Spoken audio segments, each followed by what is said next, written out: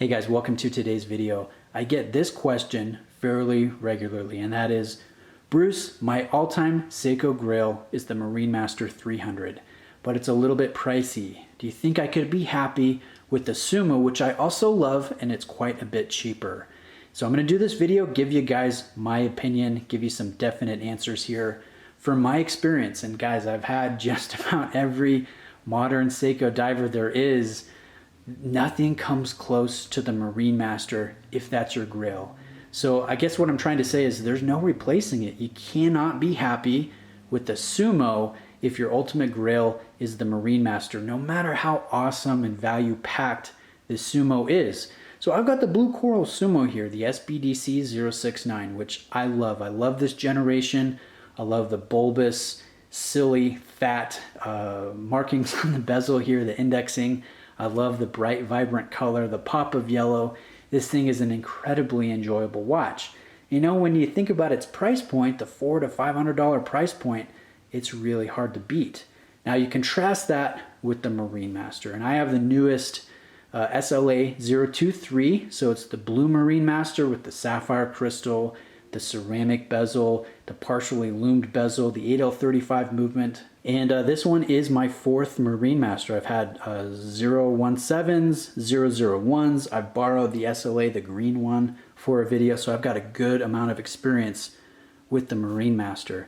And I will tell you guys, it's better in every aspect. Finishing, weight and feel on wrist, comfort level. I know it's kind of a chunky, tall watch, but man, it feels great on wrist. And this handset is one of the most gorgeous handsets that I've ever seen. So, I mean, you look at this and the richness and the clarity and the proportions. I think the proportions are perfect. You look at the dial, you look at the size of the hands, the length, the size of the markers, and you compare it to the Sumo, which looks, well, looks quite a bit bigger because the dial is a larger diameter. And I don't know, proportionally, I think the Marinemaster really hits the sweet spot.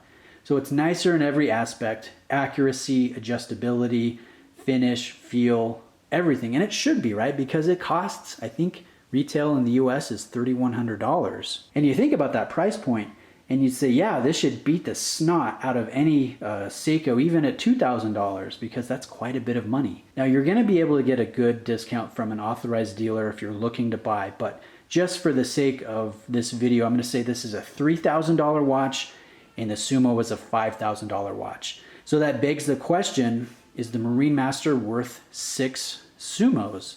My friend Jeff McMahon actually commented on my unboxing video of the Marinemaster. Yeah, it's a beautiful watch, but is it worth 6 Marinemasters? And that's a great question. To me, I'd rather have 1 Marinemaster than 6 Sumos, just personally. But it gets a little bit more compelling when you take that chunk of change, that $3,000, and you say, all right, Bruce, here's $3,000, spend whatever you want on multiple Seiko watches.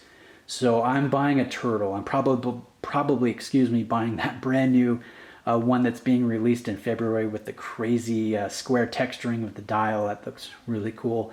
I'm probably buying a tuna, maybe a Sumo. I mean, the Transocean's amazing. There's a lot of watches that you can mix and match and get to that $3,000 price point and have a core of, I don't know, 3, 4, or 5 amazing Seiko watches that are different, that you could try, or that you could put on different times of the week and really experience that variety and get a high level of enjoyment. I think that is very compelling when you think about it. But here's the other part of this question. If you do that, isn't there always going to be a little part of you that says, I know I love these watches, but they're not the Marinemaster. The Marinemaster was my Grail.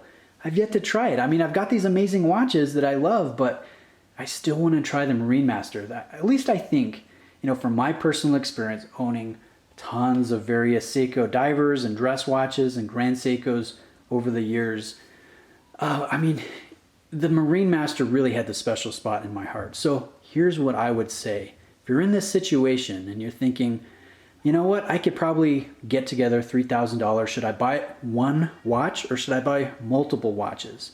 This is what I would say. If you're a Seikopath like me, you're never going to be happy until you try the Marinemaster. it may not be your thing. You may buy it and think, oh, you know what? This looks a little bit too small, or I was expecting an Omega Seamaster level of watch.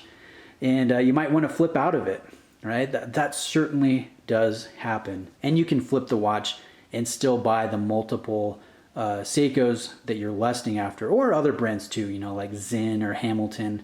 There's some awesome brands, more affordable brands out there.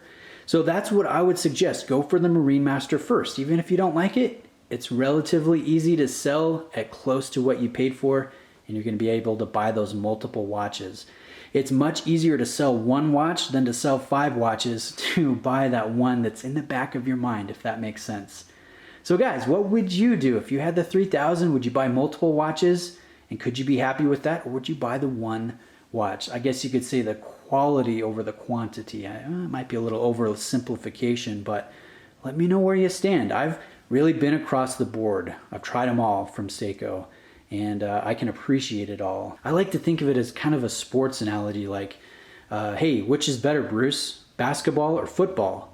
Everyone's gonna have a different answer. You may be in the, hey, I want multiple watches as opposed to one luxury, or you might be in that one luxury as opposed to multiple watches. In the end, it's still watches, it's still sports. I can like basketball and football. And then, you know, I know I want to give some concrete answers. For me personally, I'll say I'd rather have the one Marinemaster than 5 amazing, more affordable watches. But again, that's just me. I'd love to hear where you stand in the comment section. Let's have a discussion. Thanks for watching today, guys. I really appreciate it. And we'll see you in the next one.